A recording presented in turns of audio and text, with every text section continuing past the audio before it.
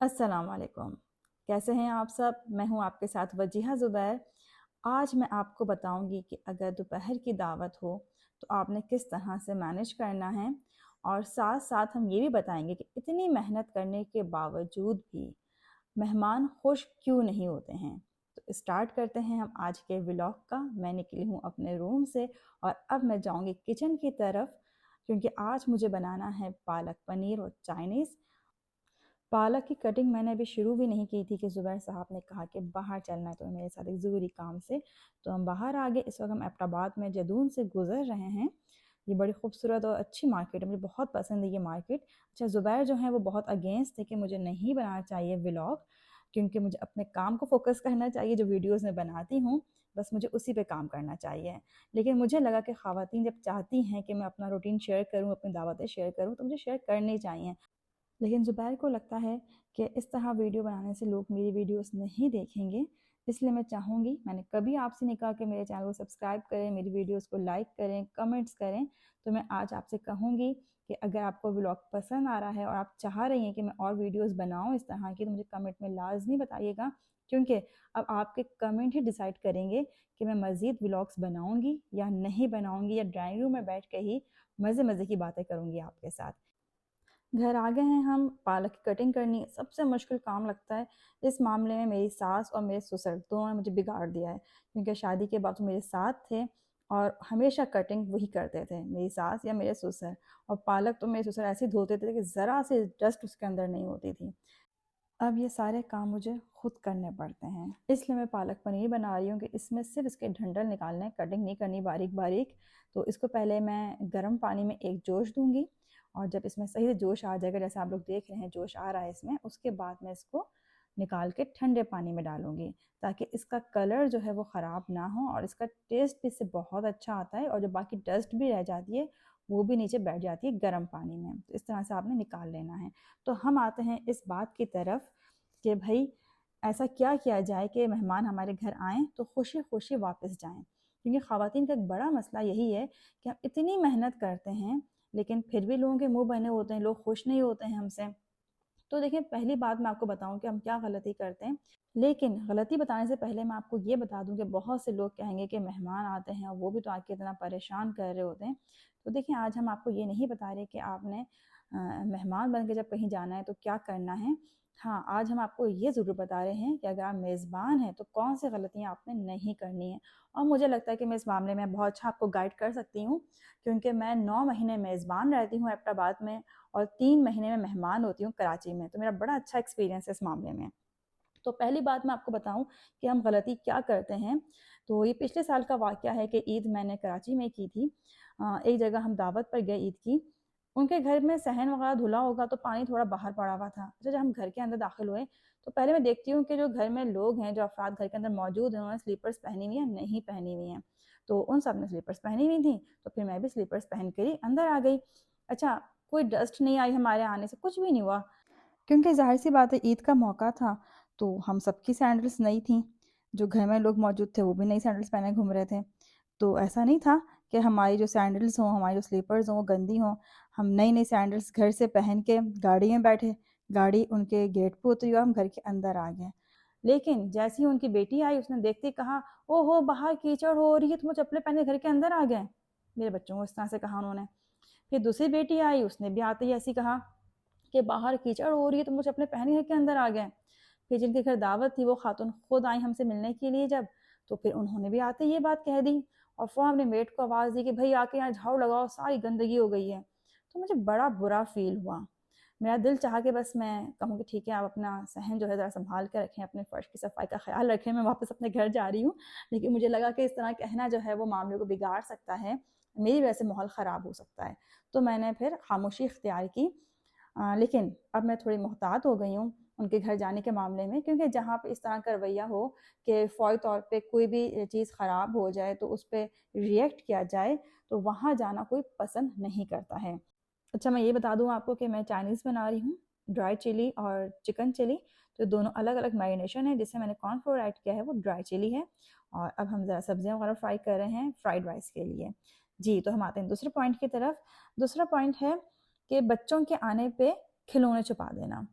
बहुत से घरों में ऐसा होता है कि वो देखते हैं कि अच्छा भाई नंद के बच्चे आ गए हैं या उनके अपनी बहन के भाई के बच्चे आ जाते हैं, तो अपने बच्चों के खिलौने छुपा के रखना शुरू कर देते हैं उन्हीं के सामने। ये बहुत बुरी बात है, इससे रिलेशन ख़राब भी होते हैं और लोग आपके घर आना पसंद भी नहीं करते हैं, और जो आप इतनी मेहनत करती हैं वो सब भी रायगा जाती है।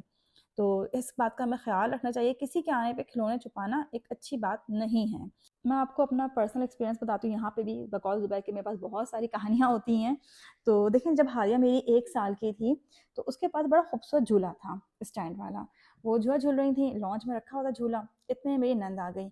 उसकी बेटी हादिया से 4 साल बड़ी थी। वो आई और आते झूले पे बैठ गई झूलने के लिए। तो अब ये मुनासिब नहीं था कि वो झूला उठा के मैं अपने रूम में ले आऊँ। तो हुआ ये कि ज़ाहिर झूला जो था वो टूट गया। लेकिन कोई मसले की बात नहीं थी, ज़ुबैर ने बाद में उसको सेट भी करवा दिया। लेकिन अगर मैं उस वक़्त उस झूले को उठाती और कमरे में लेकर आ जाती, तो क्या होता है कि सबके मूड ऑफ हो जाते हैं कि हमारे आते ही इन्होंने अपने बच्चे की चीज़ें समेटना शुरू कर दी। फिर दूसरा वाक़या भी उसी बच्ची के साथ पेश आया कि अली 1 साल के थे, वो अली से मेरे ख़्याल में 8-9 साल बड़ी हैं। तो अली के पास एक बड़ा ज़बरदस्त सा हॉर्स था, उसपे जंप करते थे। वो बच्ची आई और उसने आते ही उसके ऊपर जंप करना शुरू कर दिया, जिसकी वजह से वो फट गया।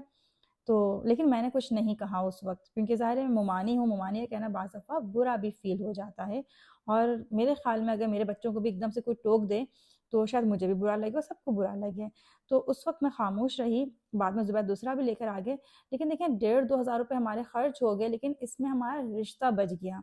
मेरी नंदें अल्हम्दुलिल्लाह मेरे घर आने से कभी नहीं घबराई हैं, वो हमेशा खुशी-खुशी आती हैं, क्योंकि उन्हें मालूम है कि यहाँ पे आके उन्हें किसी किस्म की परेशानी नहीं होगी।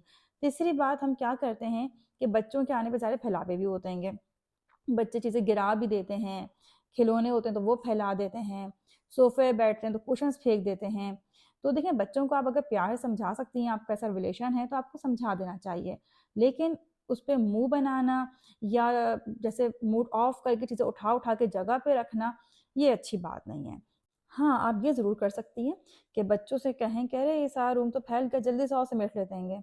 या इस तरह भी कह सकती हैं, तुम जल्दी से इस रूम को समेट लो, फिर हम ये गेम खेलेंगे या हम ये काम करेंगे, कुछ भी। लेकिन जो फैलावा है, वो बच्चों से सिमटवाने में इतना मसला नहीं होगा जितना आपका खुद समेटना और मुँह बना-बना के समेटना नुकसानदेह होगा आपके लिए, आपके रिलेशंस के लिए।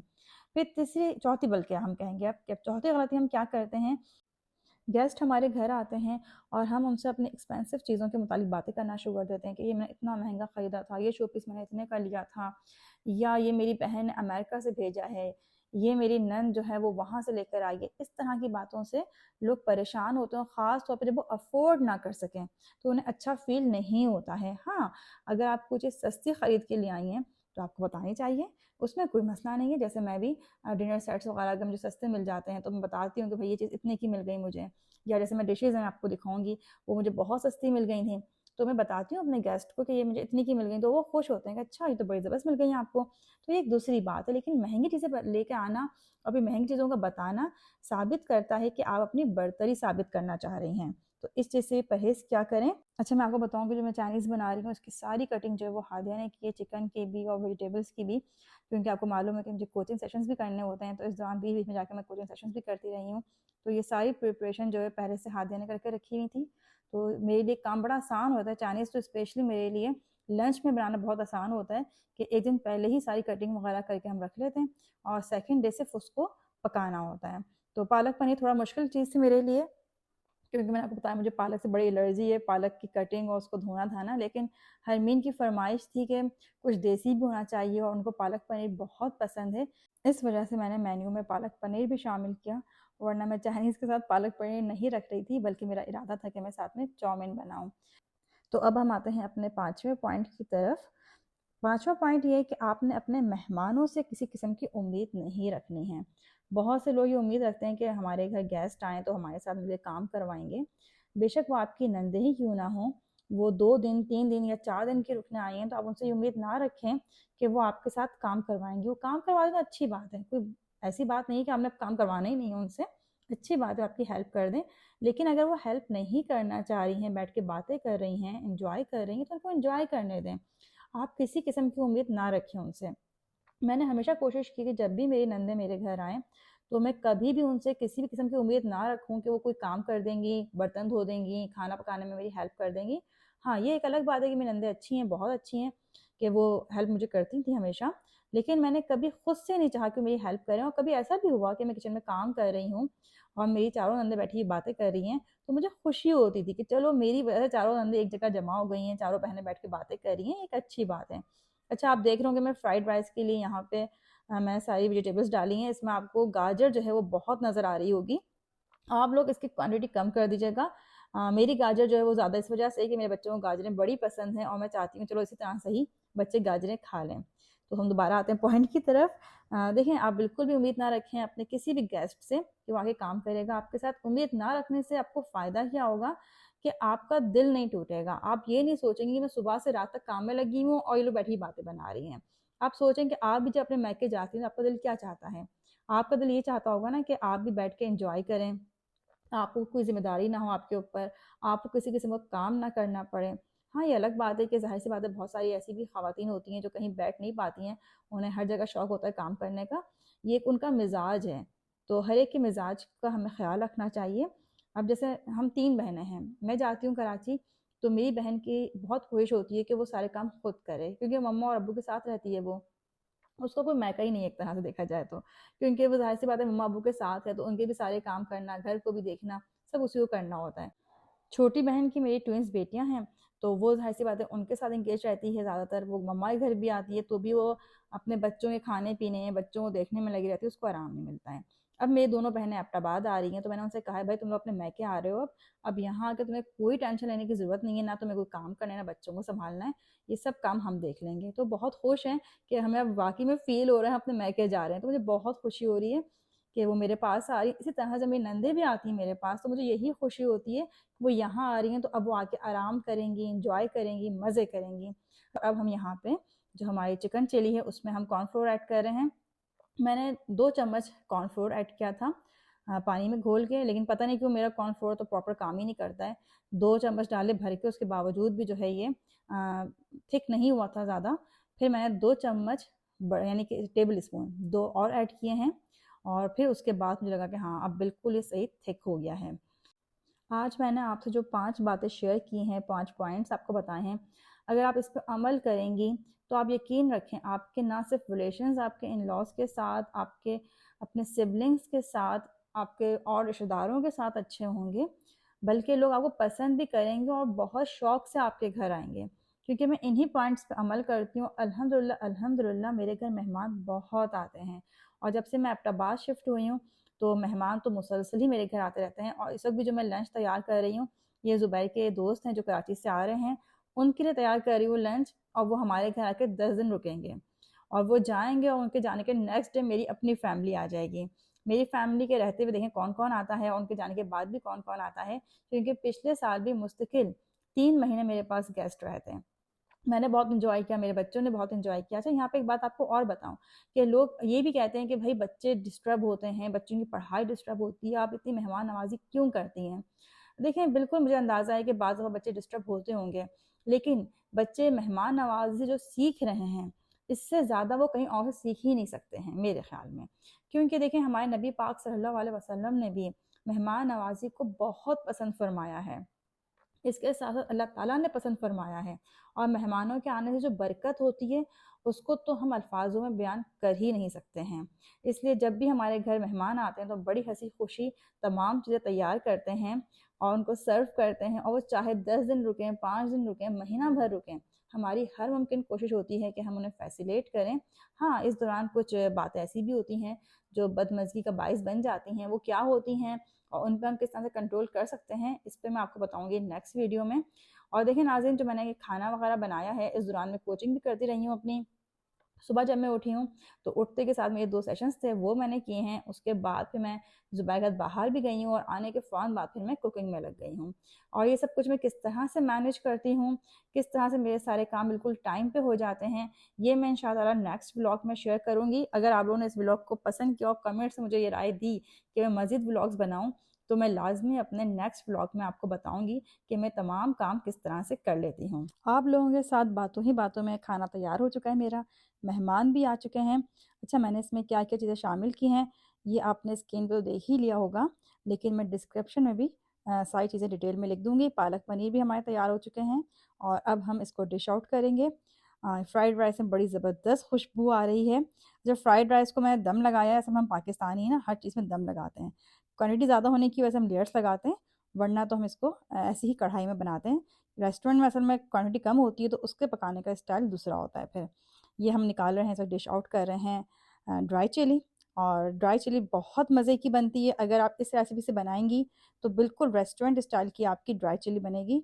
मेरी पूरी फैमिली को ड्राई चिली बहुत पसंद है मेरे हाथ की। पालक पनीर भी हमें डिश आउट कर दिए हैं। पालक पनीर बहुत टेस्टी, बहुत मज़े के थे। अच्छा, इसके अलावा जो हम ये डिश आउट कर रहे हैं चिकन चिली, और इसमें जब हम यखनी ऐड करते हैं तो वो और अच्छा फ्लेवर आता है इसका, लेकिन मेरे पास यखनी नहीं थी, इसलिए इसमें मैंने चिकन क्यूब इस्तेमाल की है।